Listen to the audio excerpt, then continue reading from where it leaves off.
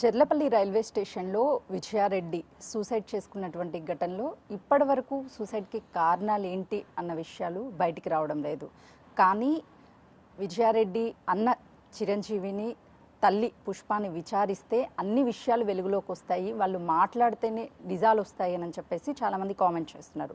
Big టీవీతో ఎక్స్క్లూజివ్గా విజయారెడ్డి అన్న చిరంజీవి ఉన్నాడు, మాట్లాడదాం. విజయారెడ్డి సూసైడ్ చేసుకునే అంత పిరికిదా? అసలు ఎందుకు చేసుకుంది అనుకుంటున్నారు? లేదండి, ఆమె స్ట్రాంగ్ విమెన్. ఆమె ఎందుకు చేసుకున్నది అనేది అంత చిక్కడం లేదండి. అదే అర్థం. ఇద్దరు పిల్లలు పెద్దవాళ్ళు, మీ చేతులతో పెరిగినటువంటి పిల్లలు, మీ అల్లుడు కావచ్చు, కోడలు కావచ్చు, వాళ్ళని అసలు ఎలా ఒప్పించి ఉంటుంది? బాబు చాలా యాక్టివ్గా కనిపిస్తున్నాడు. బాబు చాలా యాక్టివ్ అండి, ఆయన లోక జ్ఞానం ఉన్నాడు, అన్నీ ఉన్నాడు. మరి అది ఎట్లా ఒప్పించింది అనేది నాకేం ఐడియా రావట్లేదండి. ముందే చెప్పి ఉంటే కాలేజ్ దగ్గర చెప్పున్నా వాడు పిల్లడండి, అంటే మమ్మీని కాపాడాలంటే తెలిసి ఏం చేయాలని ఫస్ట్ మామకు ఫోన్ చేస్తాడు, ఖచ్చితంగా చేస్తాడు.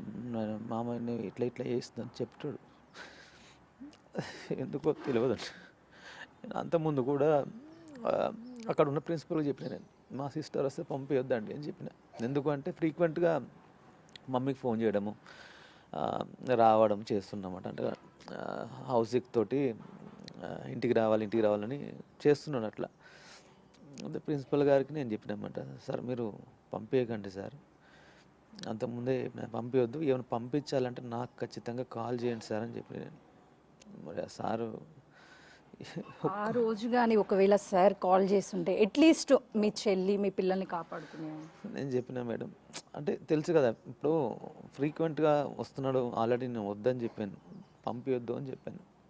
ఏది వచ్చినా నేను వస్తేనే పంపించాలి సార్, మీరు మధ్యలో పంపించకండి, ఎగ్జామ్స్ కూడా ఉన్నాయి కదా సార్.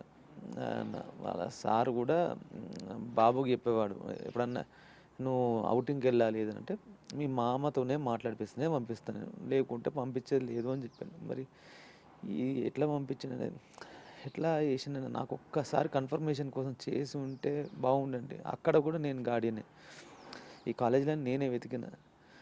ఆ కోడలికి ఏంటంటే మిగతా అన్ని ఏడ చూసినా పాత బిల్డింగ్లు ఉన్నాయని అంత దూరం పోవాల్సి వచ్చింది. పటాన్చెరు అక్కడ వెతికితే అది కొంచెం కొత్త బిల్డింగ్ ఉంది. ఎందుకంటే 2 సంవత్సరాలు ఉండాల్సింది వాళ్ళు, చదవాల్సింది వాళ్ళు. పాత బిల్డింగ్లలో ఉంటే భయపడతారు, అరే చదవలేకపోతారు, ఆడపిల్ల కదా అని మంచిగా ఉంది అక్కడ, అన్నీ కొత్త బిల్డింగ్ ఉంది, వసతులు బాగున్నాయని అక్కడ చేర్పించిన మేడం. అక్కడ గార్డెన్, ఇక్కడ గార్డెన్, అక్కడ వాళ్ళు కూడా నాకు కాలేజ్ సెకండ్. ఇప్పుడు ఈ కాలేజీలో జరిగేది ఇదే కదా మేడం. అంతకుముందు ఇప్పుడు మా అల్లుడు చేరిన దాంట్లో కూడా అంతకుముందు ఆత్మహత్యలు చేసుకునే పిల్లలు, అదే ఇట్లా మార్క్స్ రాలేదనో ఇంకోటిదో నాకు తెలియదు. అది కూడా మళ్ళీ తెలుసు ఆ విషయం.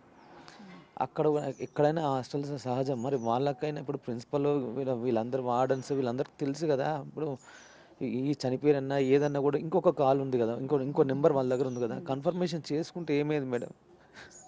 అంత ప్రతి ఒక్కరికి తప్పే ఉంది మేడం, ఇలా వ్యవస్థ చాలా తప్పు ఉంది మేడం. విజయారెడ్డి పిల్లల్ని చాలా ఇష్టపడేది, అంతకంటే మీరెక్కువ పిల్లల్ని పెంచారు, ఇష్టపడ్డారని చెప్తున్నారు. ఎందుకు పిల్లలకి దూరంగా హాస్టల్లో ఉండాల్సినటువంటి పరిస్థితి వచ్చింది? అర్థం కాలే మేడం. అంటే ఇద్దరు పిల్లల్ని ఎందుకు హాస్టల్లో ఉంచారు?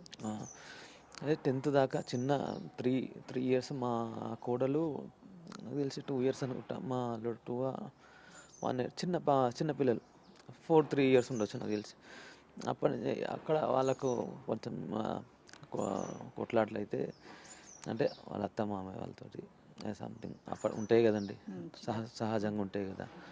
అప్పుడు నేను చెప్పేది ఏంటంటే, ఎప్పుడంటే ఒక 14 ఏళ్ళ క్రితం అనేది. అప్పుడంటే ఇక మనకున్నది ఎవరు, నాకు బావ కాల్ చేసి ఉండే బావ. అప్పుడు నేనేది చెరువు తీసుకున్నా రండి అంటే, నేనే బావని, అప్పుడు నాకు బండి ఉండే 2 వీలర్, బండి మీద మా బావని మా చెల్లెని ఇద్దరు చిన్న పిల్లల్ని తీసుకుని వచ్చినట్టు, తీసుకుని ఇక్కడ వచ్చి పెంచుకున్నా. మా ఇంట్లోనే పెంచుకున్నా. 10th క్లాస్ దాకా కూడా నేనే స్కూల్ మాట్లాడిన, ఇక్కడ చూసుకునేది బాగానే. ఇక్కడి నుంచే చదివారు. మావాడు పోయి 1 ఇయర్ అవుతుందండి, నన్ను వదిలిపోయి ఓన్లీ 1 ఇయర్ అవుతుంది. కోడలు పోయి 2 ఇయర్స్ అవుతుంది. ఎప్పుడు కూడా చెప్తున్నా, అసలుకి పంపించకుండా నేను ఇక్కడ పెట్టుకున్నా అయిపోతున్నాను ఏమో, నాకు అర్థమవుతలేదండి. అసలు ఏం మాట్లాడుతున్నా నాకేం అర్థమైంది. నాకు ఇంకా కోలుకోలేకపోతున్నా అసలు ఈ బాధ. విజయారెడ్డి ఆ, తన భర్తకి ఏమైనా గొడవలు ఉన్నాయని ఎప్పుడైనా మీతో చెప్పలేదా? లేదండి, లేదు. అలా అత్తమామతం కూడా ఎవరితో ఏం లేవు. అప్పుడు ఎప్పుడో అది మామూలుగా అప్పుడు జరిగినప్పుడు అంతేగాని మా దగ్గర ఏం లేవండి. అంటే ఆర్థిక ఇబ్బందుల గురించి ఏమైనా మీతో డిస్కషన్ చేసేదా? ఆర్థిక ఇబ్బందులు అనేది పెద్దగా ఏం లేదండి. ఆర్థికం అంటే పెద్ద కోట్లు ఉన్న వాళ్ళు కాదు, అది కాదు మేడం. మిడిల్ క్లాస్ మేడం అంతా. మేమైనా ఆమెనా అంతా మిడిల్ క్లాస్. రూపాయి రూపాయి దాచుకొని అదొకటి ఇదొకటి చేసుకుని బతికిన వాళ్ళం అంతే. మీ అంతేగాని ఇద్దరు కలిసి కొన్ని వ్యాపారాలు చేశారు అంటున్నారు. ఏం చేశారు, ఎంత ఇన్వెస్ట్ చేశారు? మీ ఇద్దరం కలిసి చేస్తాం మేడం. ఆ, చాలా చేస్తాం మేడం. అందులో ఇప్పుడు రీసెంట్గా అయితే నారేపల్లిలో ఒక ఇల్లు కన్స్ట్రక్ట్ చేస్తున్నాము. అది అమ్ముదామని అనుకున్నాము. సరే మా చెల్లి ఏమన్నదంటే, ఆమె ఎప్పుడైనా సరే మంచి రేట్ వస్తున్నాయి అమ్ముదామని అంటుంది. అన్నయ్య అన్నయ్య సప్పో చేసుకుని వస్తున్నాం, మనం ఆడ తీసుకుని వస్తున్నాం. ₹2 మన దగ్గర ఉన్నాయి పెడుతున్నాము. లాభం వస్తే బెటర్ అన్నయ్య. ఎందుకంటే ఆల్రెడీ చాలా డేస్ అవుతుంది ఇన్వెస్ట్ చేసి, 1.5 year అవుతుంది.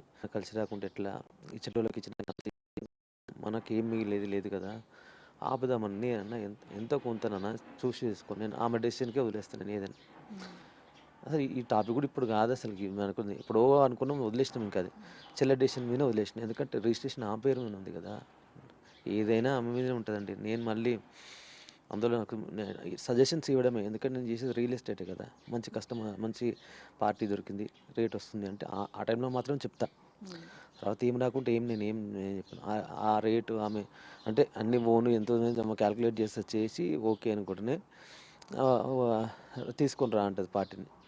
లేకుంటే లేదంటది. అనే ఆగుదాము అని అంటే సరే ఓకే, మన లాభం రాని మనకు కూడా ఎందుకులే అని నేను వదిలేసిన. అది ఇది మాట్లాడి కూడా జమాన్ అయిపోయిందండి.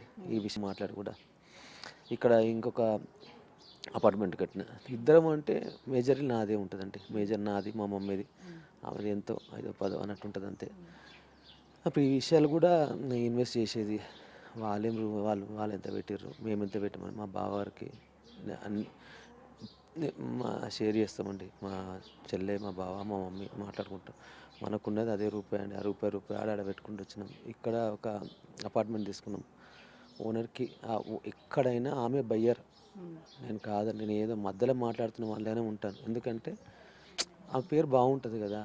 సరైన చెల్లెనే తీసుకుపోతా అంటే ఆ అపార్ట్మెంట్ కూడా 35 lakhs అంటున్నారండి. 35 కాదు, 30 lakhs, 30 లక్షల రూపాయలు ఓనర్ కట్టిపించాము.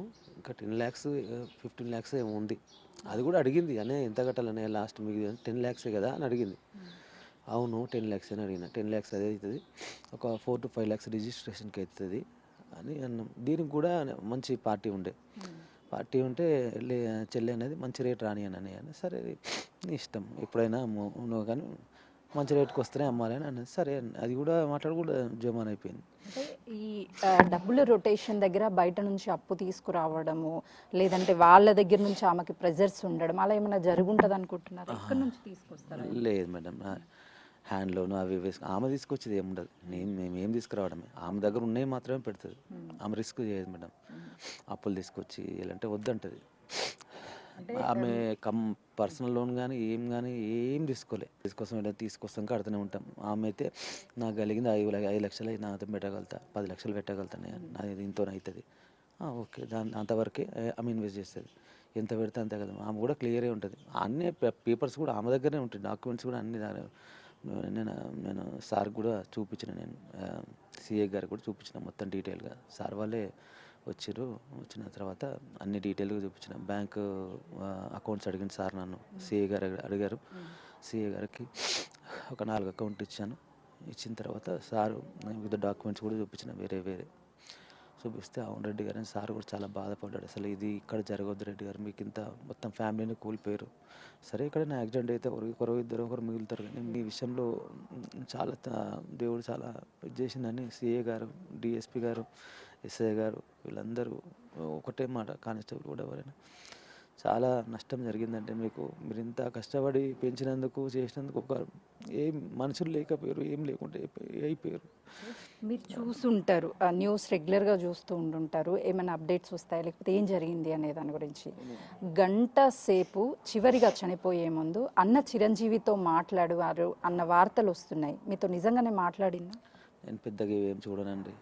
యూట్యూబ్ ఒకటి నేను విన్నా, తెలిసిన వాళ్ళు ఇరుగు పొరుగు వాళ్ళు చెప్పారన్నమాట. గంట సేపు మాట్లాడిందని అట్లా ఏం లేదండి. చెల్లెని గంట సేపు మాడితే 100% కాదు, 1000% నేను మా చెల్లెని బతికించుకునేవాడిని. ఒక్క మాట నాకు చెప్తే నా గురించి తెలుసు మా చెల్లెకి. అన్నయ్య అంటే ఏందో ఆ చెల్లెకి తెలుసు, అల్లుడు కూడా తెలుసు. చెప్పేవాళ్ళు ఇప్పుడు ఎవరు లేరు, ముగ్గురంతా పోయారు. ఒక అల్లుడు బాగున్నాడు, ఎట్లా చూసుకుంటే ఎట్లా. ఇప్పుడు నా అనుక్షణం నేను పిల్లల గురించి ఆలోచించిన, మా చెల్లె గురించి ఆలోచించిన.